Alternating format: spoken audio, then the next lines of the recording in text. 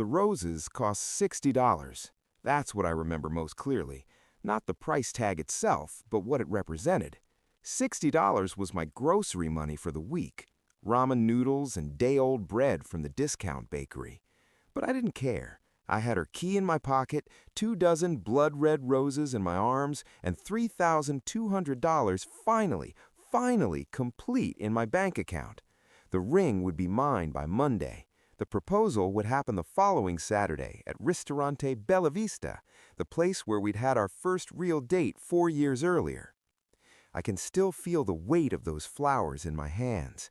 The cellophane crinkled as I walked up the 3 flights to her apartment, my work boots leaving small traces of construction dust on each step. My hands were raw from the week's labor, double shifts, overtime, every extra hour I could steal from sleep. But I was grinning like an idiot. That's what love does to you when you're 20 years old and stupid enough to believe in fairy tales. The apartment was quiet when I let myself in. Sarah, her roommate, was usually out on Friday nights, some bar downtown where she'd meet whatever guy would buy her drinks. I was grateful for the privacy. I'd imagined this moment 100 times, surprising Jessica with flowers, cooking her favorite pasta, maybe putting on that slow jazz she loved, the kind that made her close her eyes and sway in the kitchen while I watched her like she was the only real thing in the world. Music was playing. I could hear it drifting from her bedroom, one of those R&B songs she'd play on repeat, the kind with breathy vocals and a bass line that seemed to pulse through the walls. The door was cracked open, just a sliver of yellow light cutting across the hallway floor. I should have knocked. I should have called out her name. I should have done anything other than what I did, which was push that door open just a little wider, just enough to see inside. What I saw didn't break my heart. That's too clean, too simple. What I saw tore something fundamental out of my chest, something I didn't even know was there until it was gone. Some essential piece of machinery that kept the world making sense. Jessica was on her bed, naked, hair spread across the pillow like spilled honey. And Derek, my brother, my roommate, the person I'd confided everything to, was on top of her, moving, groaning, his hands gripping her hips with a familiarity that told me this wasn't the first time. This was practiced, rehearsed, a ritual. They didn't notice me immediately. Maybe 10 seconds passed, 10 seconds that felt like hours, like falling, like drowning. I watched my brother's back muscles flex. I watched Jessica's nails dig into his shoulders. I watched the way they moved together, synchronized, intimate in a way that spoke of repetition and comfort and time. The roses hit the floor. That's what finally got their attention. Not a dramatic announcement or a scream, but the soft thud of 24 roses hitting cheap apartment carpet, petals scattering like blood drops, cellophane crinkling one final time. Jessica's eyes snapped open. She saw me. For a fraction of a second, there was nothing, no recognition, no guilt, just the blank stare of someone pulled from one reality into another. Then it hit her. Her mouth opened.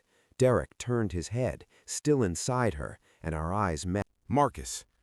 Jessica's voice was high, panicked. She scrambled for the sheet, trying to cover herself, as if modesty mattered now, as if there was anything left to preserve. Baby, it's not what it looks like. Not what it looks like.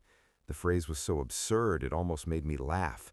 What else could it possibly look like? What other interpretation existed for the specific arrangement of bodies and betrayal? Derek pulled away from her, stood up, completely naked, his thing still half hard, and had the audacity to say, "Bro, let us explain. This isn't what you think." My voice came from somewhere far away, somewhere cold and mechanical. How long? They looked at each other.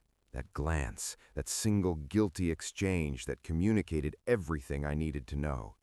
This wasn't a mistake. This wasn't a moment of weakness. This was a relationship.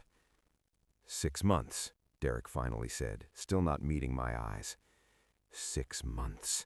Half a year. 180 days.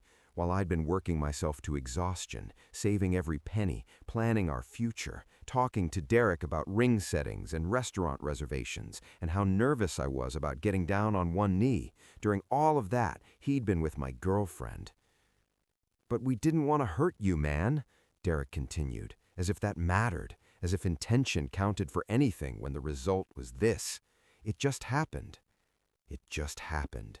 Like weather, like an accident, like something beyond their control, instead of what it actually was, a choice they made every single day for half a year. Every time I came home talking about Jessica, every time I asked Derek's advice about the proposal, every time I worked late to save another $50, they knew. They both knew. Something inside me detonated. I don't remember everything I said. I remember screaming until my throat was raw, until my voice cracked and gave out. I remember throwing her bedside lamp against the wall, watching it explode into ceramic shards and twisted metal. I remember Jessica crying, reaching for me, saying my name over and over like it was a magic spell that could undo what I'd seen.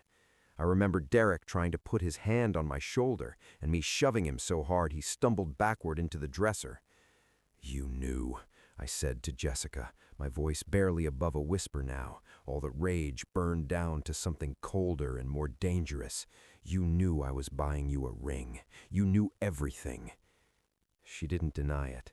She just stood there, sheet clutched to her chest, mascara running down her cheeks, and I realized I'd never actually known her at all. The woman I loved was a fiction. This person in front of me was a stranger. I left. I don't remember walking to my truck. I don't remember driving. I just remember pulling over somewhere on the highway, somewhere dark where the streetlights didn't reach, and sitting there with my forehead pressed against the steering wheel while my body tried to physically reject what I'd learned. I threw up twice in the grass beside the road. I cried until my eyes swelled shut. I sat there until the sun started coming up, painting the sky that sick orange color that makes everything look diseased. The next few weeks were a blur of cardboard boxes and cheap motels and changing my phone number. I found a studio apartment across town, a terrible place with thin walls and a radiator that clanked like a prisoner trying to escape, but it was mine, and Derek didn't have the address. My parents tried to intervene, tried to play peacemaker. "Brothers fight," my mom said, as if this was about borrowed money or a disagreement over football teams. My dad just shrugged and offered his useless wisdom. "Time heals everything." But time didn't heal anything. Time just gave them permission to move forward. 3 months later, Derek and Jessica got engaged. My mother called to tell me, her voice bright with forced enthusiasm, as if I'd be happy for them. "They seem really in love, Marcus. Maybe this is just how things were meant to be." How things were meant to be. As if destiny required my brother to betray me.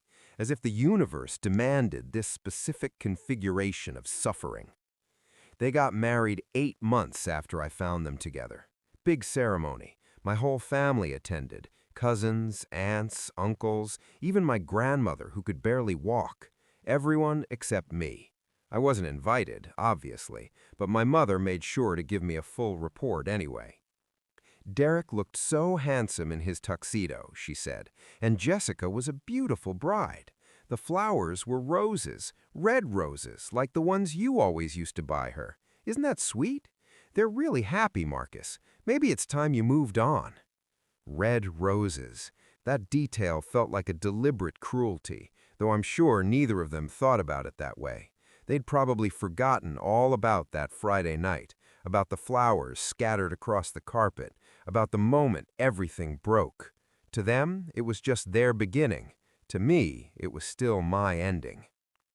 That's when I made myself a promise. Not revenge, not yet. Just this. I would become undeniable. I would build something so magnificent that every single person who dismissed me, who chose them over me, who told me to move on and get over it, would have to confront what they'd thrown away. I threw myself into work with the intensity of a man trying to outrun his own thoughts. every job I could find, every skill I could learn, every hour I could work. I learned plumbing from a guy named Roberto who worked out of a van covered in rust and religious bumper stickers. I learned electrical work from a woman named Chen who could wire an entire house in a day and a half. I learned roofing, drywall, tile work, landscaping. I became useful. Then I became necessary. Then I became irreplaceable. While Derek was in graduate school getting his MBA, sitting in air-conditioned classrooms discussing theoretical business models and synergy and other bloodless concepts, I was building real things, houses, additions, entire commercial buildings from foundation to roof. I understood materials and labor costs and profit margins, not from textbooks, but from experience, from failure, from watching money disappear into mistakes and learning never to make those mistakes again. I met Amanda at a coffee shop near a job site in my second year of exile. She was a nurse at County General, coming off a double shift, still wearing her scrubs, ordering the largest coffee they made. We started talking because she noticed the blueprints I was reviewing and asked what I was building. A retirement home, I told her, for people who deserved better than what the state provided. She smiled. That's noble work. It's just work, I said, but I appreciated that she saw meaning in it. We dated for 6 months before I told her about Derek and Jessica. We were in bed, that intimate space where honesty feels mandatory, and she asked why I never talked about my brother. So I told her everything. She didn't say much afterward, just held my hand and said, "You deserved better than that." 3 words that somehow mattered more than all my mother's explanations and excuses combined. We got married 2 years after we met. Small ceremony, just close friends and Amanda's family. My parents came, but spent the whole reception looking uncomfortable, as if my happiness was somehow an insult to Derek's. Amanda noticed, but didn't say anything until we were alone in the hotel room that night. "Your family doesn't deserve you," she said. She was right, but that didn't make it hurt less. Emma was born 9 months after the wedding, 7 pounds 3 ounces, dark hair like mine, her mother's green eyes. The moment they placed her in my arms, something fundamental shifted. All the anger and betrayal and hurt that I'd been carrying, it didn't disappear, but it suddenly had context. I had someone to protect now, someone who would grow up knowing that her father was a man who kept his word, who built things instead of destroying them, who chose honor over convenience. Amanda and I divorced when Emma was 12. No drama, no betrayal. We'd just grown into different people with different wants. She wanted to travel, to work with Doctors Without Borders, to spend her life in motion. I wanted to build, to establish roots, to create something permanent. We both loved Emma too much to make her choose, so we didn't. We stayed civil. We co-parented. We remained friends. And through it all, through marriage and fatherhood and divorce and business expansion, I never spoke to Derek or Jessica, not once. At family gatherings, I'd stay on the opposite side of the room. If someone mentioned them, I'd change the subject or leave. My family learned quickly that Derek and Jessica were my red line. Cross it, and I was gone. Emma grew up knowing she had an uncle and aunt she'd never met. I never badmouthed them to her, never wanted her to carry my bitterness, but I also never pretended they didn't exist for a reason. We had differences, I'd say, when she asked. Sometimes people hurt you in ways that can't be fixed. She was smart enough not to push it, and honestly, she had everything she needed. Private school, college fund fully paid for before she hit high school, a new car on her 16th birthday, vacations to Europe and Asia. She never wanted for anything material, and I like to think she never wanted for love either. My businesses grew. First, 1 contracting company, then 2, then 3. By the time I was 40, I was pulling in serious money. Not just comfortable, but wealthy in a way that changed how people treated me, how they looked at me, how they said my name. Marcus Thompson wasn't just the guy who got cuckolded anymore. He was the guy who owned half the commercial real estate on the east side, the guy who employed 200 people, the guy whose opinion mattered at city council meetings. Meanwhile, Derek's MBA got him a middle management job at an insurance company. Decent salary, benefits, a cubicle with a small window. Jessica worked part-time at a boutique, spending more than she earned on designer handbags and shoes she'd wear once. They had 2 kids, Tyler and Madison, and lived in a suburban house with beige siding and a mortgage they probably complained about at dinner parties. There was nothing wrong with that life. Millions of people would be grateful for it. But it wasn't the success story they thought they were writing when they betrayed me. It was ordinary, forgettable. The kind of life you live when you make bad choices and then just continue. I never gloated, never reached out to rub my success in their faces. I simply existed, visibly and undeniably, as proof that they'd chosen wrong. 28 years passed like that. 28 years of silence and separation and parallel lives that never intersected. I thought it would last forever. I thought I'd die without ever having to see their faces again. Then, 3 months ago, Emma dropped a bomb that would change everything. We were having our usual Sunday brunch at the country club. Emma liked the poached eggs there, the way they served them over arugula with truffle oil drizzled on top. I was working through my second coffee, reading emails on my phone, when she said it. "Dad, I want them at my wedding next year." I nearly choked. "What are you talking about?" "Uncle Derek and Aunt Jessica. I want them at my wedding next year." Emma was engaged to Ryan, good kid, software engineer, made low 6 figures, and treated my daughter like she was the most important person in the world. I was paying for the wedding, $85,000 for the venue, the catering, the flowers, the band. I hadn't blinked at the cost because it was Emma's day, and she deserved perfection. "Absolutely not," I said. Dad, it's been 28 years. Don't you think it's time to get over whatever happened? Get over it, like it was a disagreement about a borrowed lawnmower, like I was being petty. You don't understand what they did to me, I said carefully. So explain it to me. I looked at my daughter, this beautiful, intelligent, kind woman who'd never experienced real betrayal, and realized I couldn't. How do you explain that kind of wound to someone who's never been cut that way? How do you make someone understand that some betrayals aren't about the specific act, but about what the act reveals, that you were never valued, never respected, never actually loved the way you thought you were? If you invite them, I said, I won't be there. Her face went white. Are you serious? You'd miss your only daughter's wedding over some old grudge? It's not a grudge, Emma. It's called having self-respect. She stood up, threw her napkin down. The rage in her face was so unfamiliar I almost didn't recognize her. Fine, then I'll pay for my own wedding. I don't need your money or your approval. She stormed out, leaving me sitting there with cold eggs and the sinking feeling that I'd just made a terrible mistake. 2 weeks of silence followed.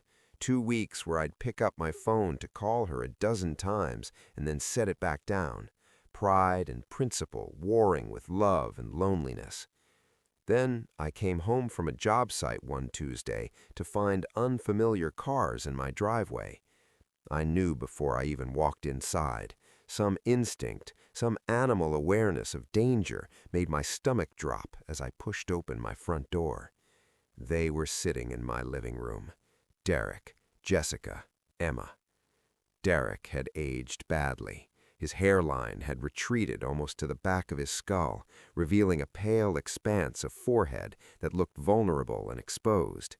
He'd put on at least 60 pounds, most of it settling around his midsection in a way that made him look swollen rather than substantial. His suit was cheap. You could tell from the way it pulled across his shoulders, from the shine of the fabric, from the fact that it was clearly his only decent suit, worn too many times without dry cleaning. Jessica, though. Jessica had fought aging with every weapon capitalism could provide. Fake breasts that sat too high and too round to be natural. Botox that had frozen her forehead into a permanent expression of mild surprise. Lips plumped with filler until they looked like they belonged on someone else's face. Designer clothes that probably cost more than their monthly mortgage payment. She was trying to look like the hot young thing she'd been 28 years ago, but instead looked like someone desperately clinging to a version of herself that no longer existed. "What the heck is this?" I said. "Dad, please," Emma said. "Just hear them out." Derek stood up, trying to project confidence, but I could see his hand shaking. 28 years and he was still afraid of me. Good. "Marcus," he said, "I know we have a lot to talk about." "No, we don't. Get out of my house." Jessica stood too, and that's when I saw it, the calculation in her eyes as she looked around my living room, taking inventory, pricing things, the original artwork on the walls, the custom furniture, the obvious undeniable signs of wealth. She wasn't here to apologize, she was here to assess. "Oh, come on, Marcus," she said, her voice dripping with fake sweetness. "We're family. Can't we just put the past behind us?" The word family in her mouth was obscene. "See, Marcus," she continued, moving closer, invading my space with that calculated confidence of someone who thinks they're charming.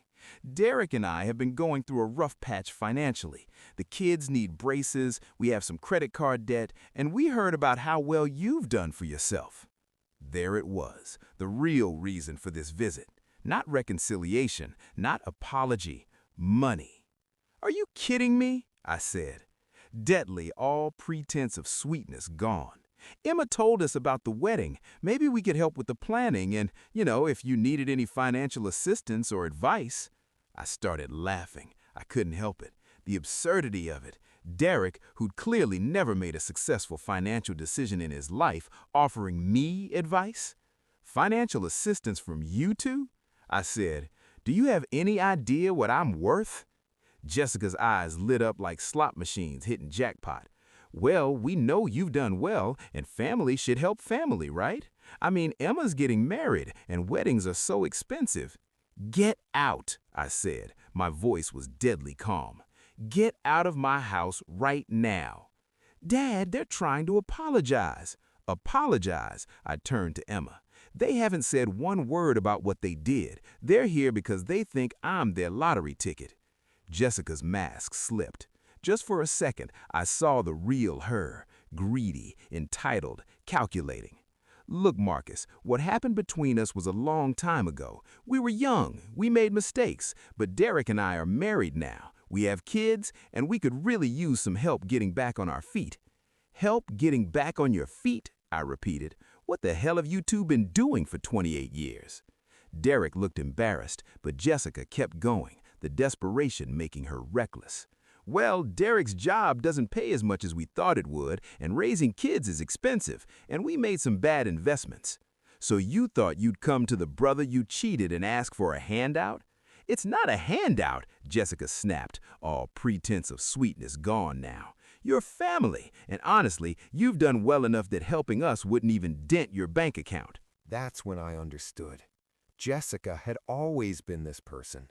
The betrayal 28 years ago wasn't an aberration. It was just the first time I'd seen her true nature.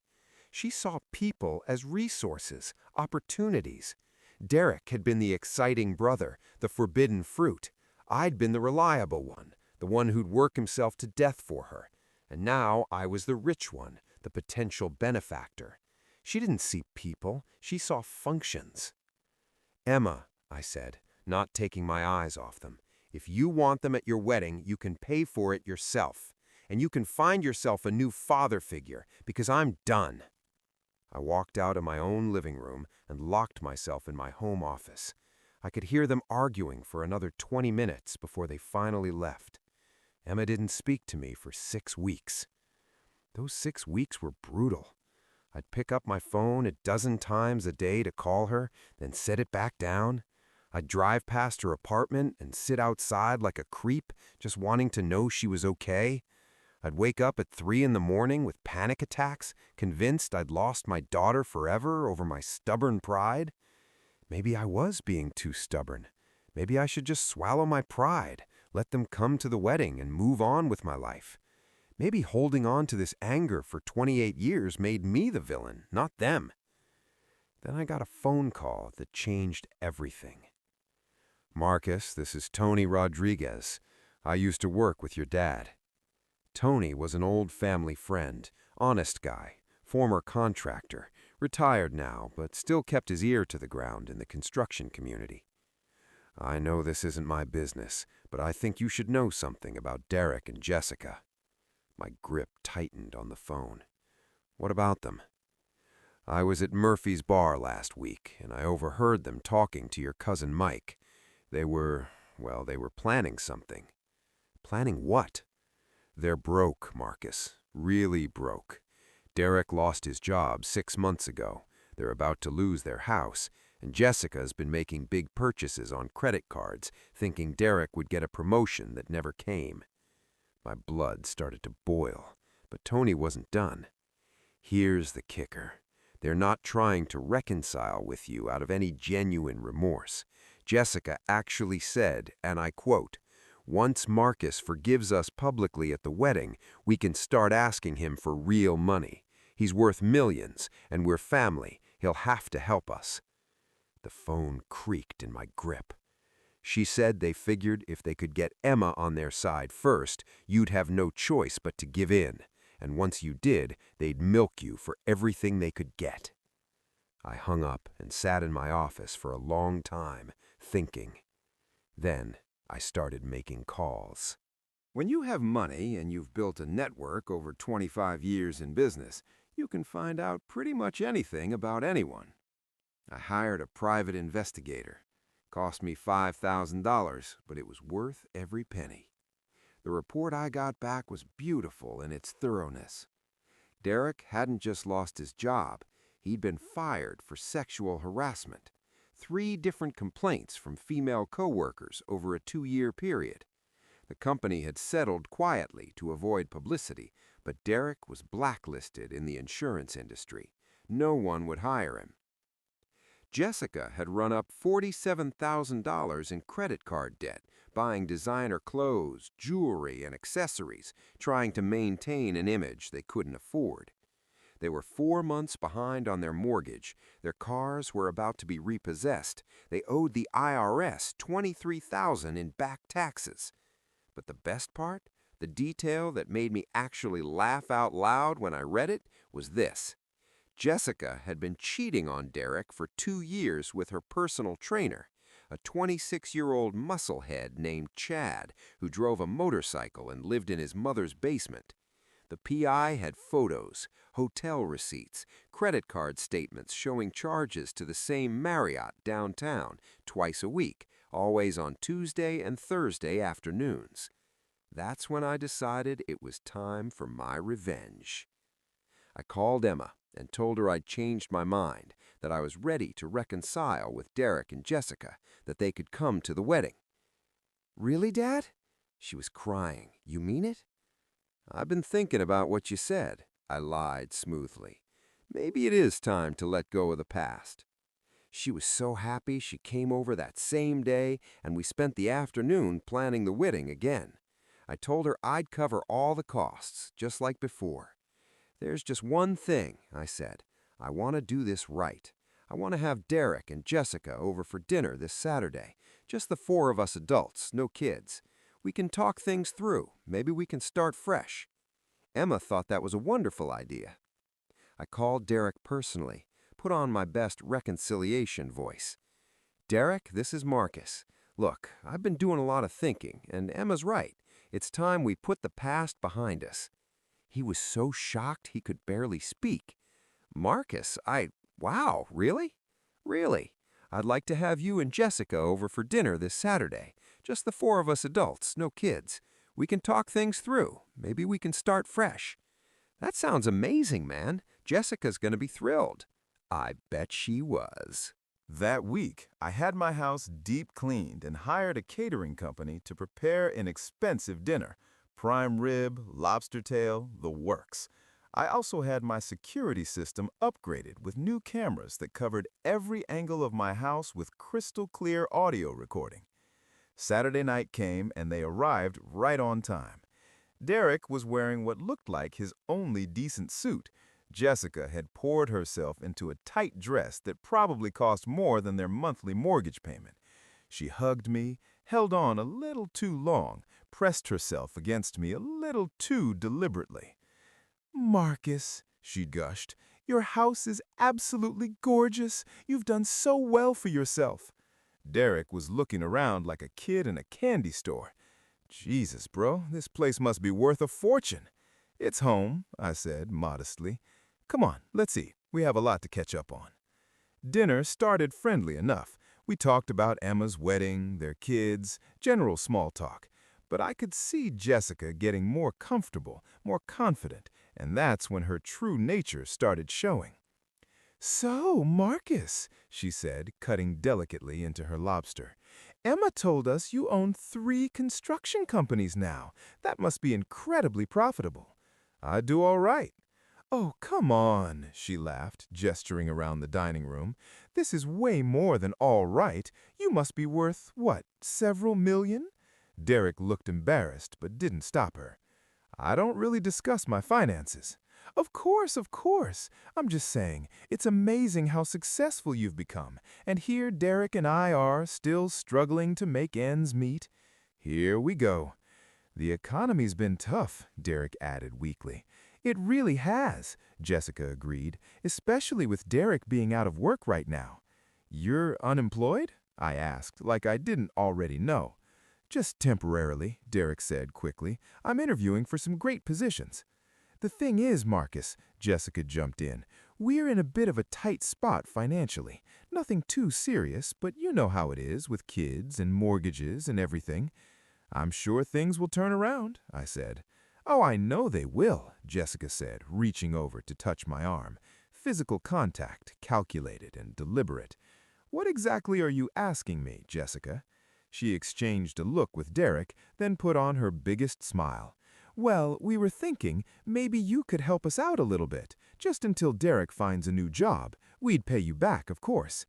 How much are we talking about? Maybe 50,000, she said, like she was asking for spare change. I nearly choked on my wine. $50,000. I know it sounds like a lot, Derek said, but we're really desperate, Marcus. We might lose the house. And it's not like you don't have it, Jessica added, her mask slipping just a little. I mean, look at this place. You probably spent $50,000 on your landscaping. I leaned back in my chair, studying them both. So, let me get this straight, I said slowly.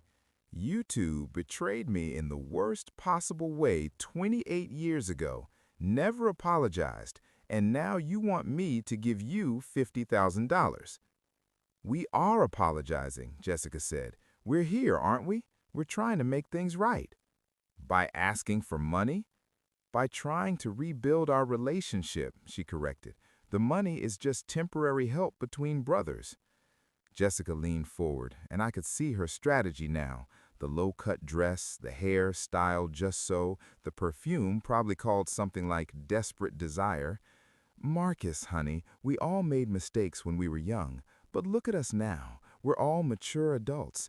Can't we put the past behind us and focus on the future? You're right, I said, standing up. Let's focus on the future. I have something to show you both. I walked over to my entertainment center and pulled out a manila envelope. What's that? Derek asked. The future, I said, sitting back down. See, when you two came to me asking for help, I thought I should know exactly who I'd be helping. I opened the envelope and pulled out the private investigator's report. Jessica went pale. Derek looked confused. Did you know, I said conversationally, that Derek here was fired for sexual harassment? 3 different women, Derek. 3. That's not just a misunderstanding. That's not, Derek stammered. And Jessica, did I continue, did you know your wife has run up $47,000 in credit card debt, or that she's been cheating with her personal trainer for 2 years? The silence was deafening. Jessica's mouth opened and closed like a fish pulled from water. Derek looked like he was going to vomit. Oh, and here's my favorite part, I said, pulling out a photograph. This is Jessica and Chad at the Marriott downtown last Tuesday. Nice position, by the way. Very athletic. Derek grabbed the photo and stared at it. His face went from pale to red to purple. You piece of shit, he whispered to Jessica. Derek, I can explain. Explain what? How you've been cheating on me while we're going broke, while I've been begging my brother for money? I think you two need to leave, I said calmly. But Jessica wasn't done. Her fake sweetness was completely gone now, replaced with pure, entitled rage.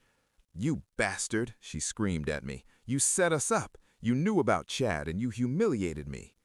"I humiliated you?" I stood up. "You humiliated yourself." "We needed that money. We're going to lose everything." "Not my problem." She stood too, her face twisted with fury. "You think you're so much better than us? You think your shit doesn't stink because you have money? I think I'm better than you because I have integrity." "Integrity?" She laughed bitterly. "You're just a bitter old man who can't let go of the past. You've been planning this revenge for 28 years. Actually, I've been planning it for about 2 weeks, but it's been very satisfying." Derek was still staring at the photo, broken and defeated, but Jessica was just getting started. "You know what? Fine.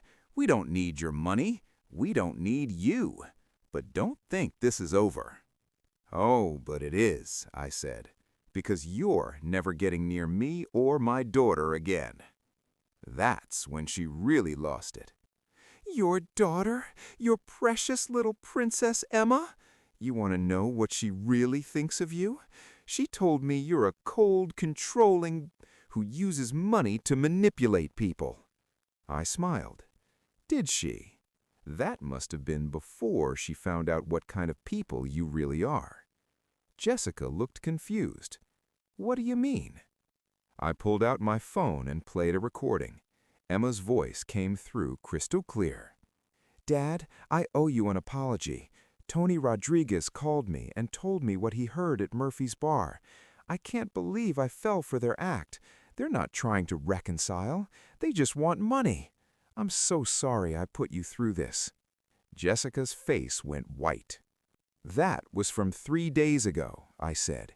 "Emma knows everything. The debt, the cheating, the harassment charges, all of it." "You're lying!" I played another recording, Emma's voice talking to someone else. "No, Jessica, you're not invited to my wedding anymore. I know what you really wanted from my dad, and I'm disgusted. Don't ever contact me again." Derek finally looked up from the photo. "Emma knows about Chad?" "Emma knows about everything. So does the rest of the family, by the way. I sent copies of the PI report to everyone. Your kids will probably hear about it at school on Monday." Jessica screamed, actually screamed like a wounded animal. "You monster! You've ruined our lives!" "No," I said, standing up. "You ruined your own lives. I just documented it. Now get out of my house before I call the police." Derek stood up slowly, still holding that photograph like it was evidence at a crime scene. He looked at Jessica with pure, undiluted hatred. 28 years, he said quietly. 28 years I've been married to a lying, cheating bitch. "Derek, please." "Shut up." He turned to me. "Marcus, I'm sorry for everything. For what we did to you, for coming here tonight, for all of it." "It's too late for sorry, Derek." He nodded slowly. "I know." He looked at Jessica with disgust. "Come on, let's go." But Jessica wasn't done. She grabbed a wine glass and threw it at me. It missed by inches, shattering against the wall behind me, sending red wine and broken crystal across my hardwood floors. "I hope you're happy," she screamed. "I hope you die alone and miserable." "I'll die rich and respected," I said. "Can you say the same?" The security cameras caught everything. I had the whole beautiful meltdown recorded in high definition. Jessica's rage, Derek's devastation, every incriminating word. They left that night, and I never expected to see them again. But life had more surprises in store. Derek filed for divorce the next week. Apparently, the private investigator's report made it very easy for his lawyer to prove adultery and financial irresponsibility. Derek got custody of the kids. Jessica got nothing. She had to move back in with her parents at 46 years old, back to her childhood bedroom with the floral wallpaper and twin bed, a cautionary tale about what happens when you bet everything on your looks and lose. Their house went into foreclosure. Derek had to declare bankruptcy. The IRS started garnishing any wages he could scrape together from odd jobs. But the best part, the detail that made me smile when I heard it, was that Jessica's personal trainer, Chad, dumped her as soon as the scandal broke. Apparently, he wasn't interested in dating a broke, middle-aged woman with no prospects and a reputation for being a gold digger. Emma's wedding was beautiful. The guest list was smaller without Derek's side of the family, but it was filled with people who actually cared about us. I walked my daughter down the aisle with pride, and in her speech at the reception, she thanked me for always protecting our family from people who would take advantage of our love. 6 months passed, 6 months of silence. I assumed Derek and Jessica had slunk away to rebuild their lives somewhere else, probably in different states, maybe different coasts. I was wrong. It was a Tuesday morning when my secretary buzzed me at the office.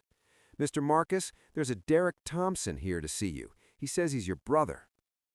I hadn't heard that name in my office before. Derek had never even seen my businesses, never wanted to, probably. He'd always looked down on construction work, on manual labor, on anything that got your hands dirty. "Send him in," I said. Derek walked into my office looking like a broken man. His clothes were wrinkled and cheap, not Goodwill cheap, but close. He'd lost weight, probably from stress rather than any intentional diet. He had the hollowed-out look of someone who hasn't slept in weeks, whose body is running on fumes and desperation. "Marcus," he said, barely above a whisper, "thank you for seeing me. What do you want, Derek?" He sat down across from my desk and put his head in his hands. "I'm desperate, man. Completely desperate. I figured as much. You wouldn't be here otherwise." "It's not for me," he said quickly, looking up. "It's for my kids, Tyler and Madison. They're 16 and 14, and they're living with me in a one-bedroom apartment above a pizza shop. Tyler's supposed to start a senior year next month, but we can't afford school supplies. Madison needs a dress for homecoming, and I can't even buy her a sandwich for lunch." He looked at me with tears in his eyes, real tears, not the performative kind Jessica had used. "I know what I did to you," he continued. "I know I don't deserve anything from you. But those kids, they're innocent in all this. They didn't ask for their parents to be like this." I leaned back in my chair, studying his face. The arrogance was gone. The entitlement was gone. This was just a broken man begging for his children. "Where's Jessica in all this?" "Gone. Moved to Florida with some guy she met online. She sends a Christmas card if the kids are lucky. No child support, no calls, nothing." "And you think I should help you?" "Because you're a good man, Marcus. Better than me. Better than I ever was." He was crying now, openly, without shame. "I destroyed my own life, and I can live with that. But my kids are suffering because of my mistakes, and I can't fix it alone." I let him sit there, let him feel the weight of his desperation. "What exactly are you asking for?" "Just enough to get the kids through school, maybe help with rent so we can get a 2-bedroom place. I'm not asking for handouts. I'll work. I'll do anything. Construction, cleaning, whatever. I'll pay you back every penny." "How much?" Maybe $2,000 a month, just until I can get back on my feet." $2,000 a month? For how long? "Until Tyler graduates and gets a job, maybe 2 years." I did the math. $48,000 total, about what Jessica had run up in credit card debt on designer purses. "And what makes you think you won't do that to me over again?" Derek met my eyes for the first time since he'd sat down. "Because I've already lost everything that mattered to me. My wife, my house, my career, my reputation. The only thing I have left are my kids, and if you help me keep them safe and fed, I'll spend the rest of my life being grateful." I let him sit there in silence for a full minute, let him wonder, let him feel what it's like to have your fate in someone else's hands. "I'll think about it," I finally said. "Marcus?" I said, "I'll think about it. I'll give you an answer in 1 week." He nodded and stood up, defeated but not quite hopeless. "Thank you, just thank you for considering it." After he left, I sat in my office for a long time.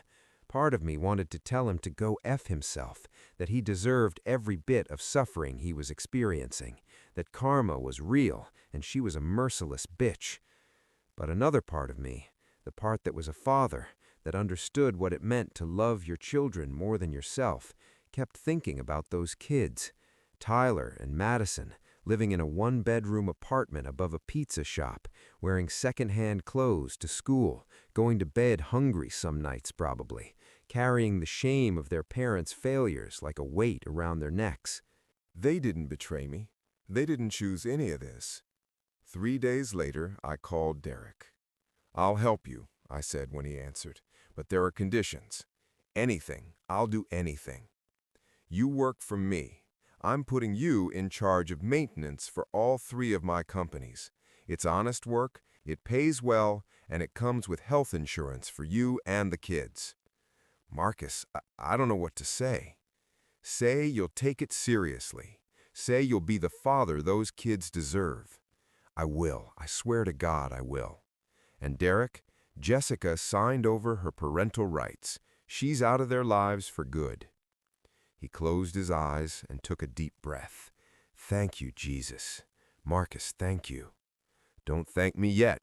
You're going to earn every penny of this. I'm a tough boss. I don't care. I'll do whatever you need." 6 months later, Derek had proven himself. He showed up early, worked hard, never complained. He was punctual, reliable, grateful. Tyler and Madison were thriving.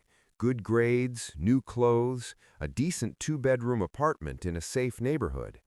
Tyler even got a part-time job at one of my job sites and turned out to have a natural talent for construction, just like his uncle. At Emma's first wedding anniversary party, a small gathering at Emma and Ryan's new house, Derek approached me during a quiet moment. Most people had gone outside to the patio, and we were alone in the kitchen. "Marcus," he said softly, "I need to tell you something." "What's that?" "I never really apologized. Not properly. Not for what Jessica and I did to you 28 years ago."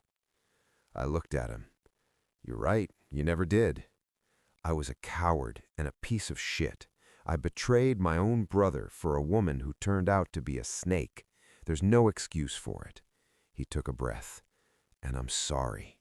I'm sorrier than I've ever been about anything in my life." "Why now? Why say this now?" "Because working for you, seeing how you've built your life, seeing how you've helped my kids, even after everything."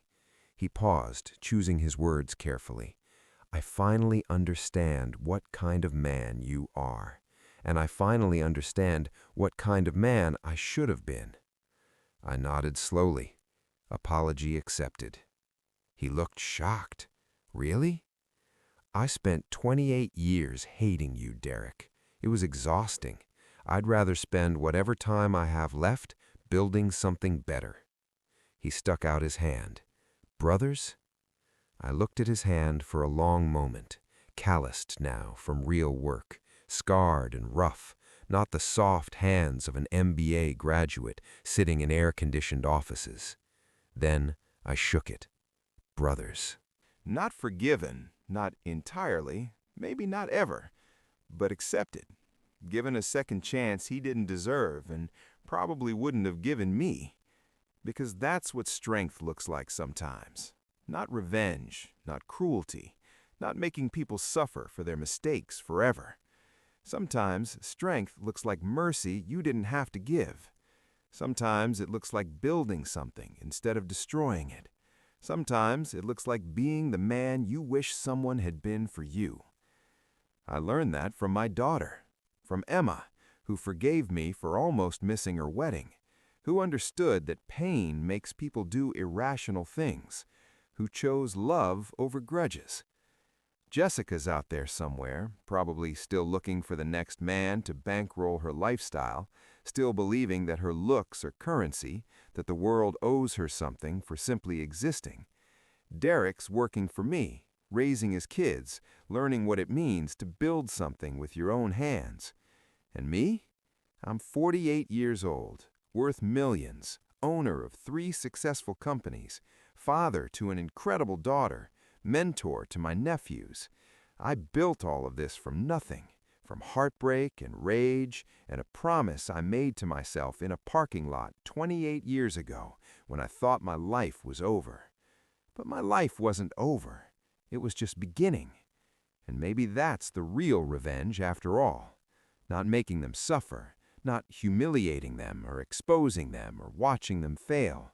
The real revenge is becoming so successful, so fulfilled, so genuinely happy that their betrayal becomes just a footnote in your story instead of the defining chapter. The real revenge is living well. And I've lived very, very well indeed.